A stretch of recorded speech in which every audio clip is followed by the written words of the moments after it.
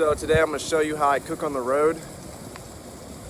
What I do, I always try to cook in Walmart parking lots. Number one, you can sleep there. Number two, if you run out of fuel, they sell that in the store. So all you got to do is run in the store and grab it.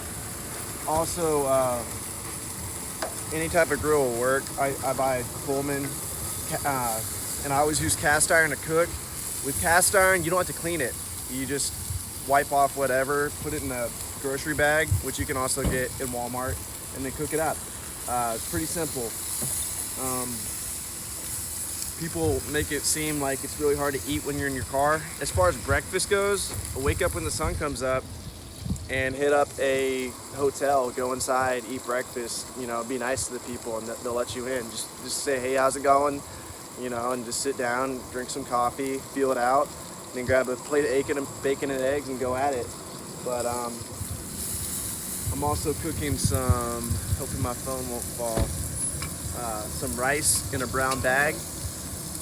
But I like to mix it up. I have this little refrigerator I use right here. Right now it's got a pineapple inside of there. The meat was in there. I try to use the meat within a couple days. This only keeps it cool for 3 days. It's not like the big Yetis.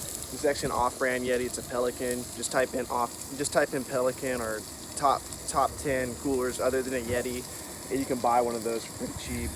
I got also got food here, so yeah, that's how I do it.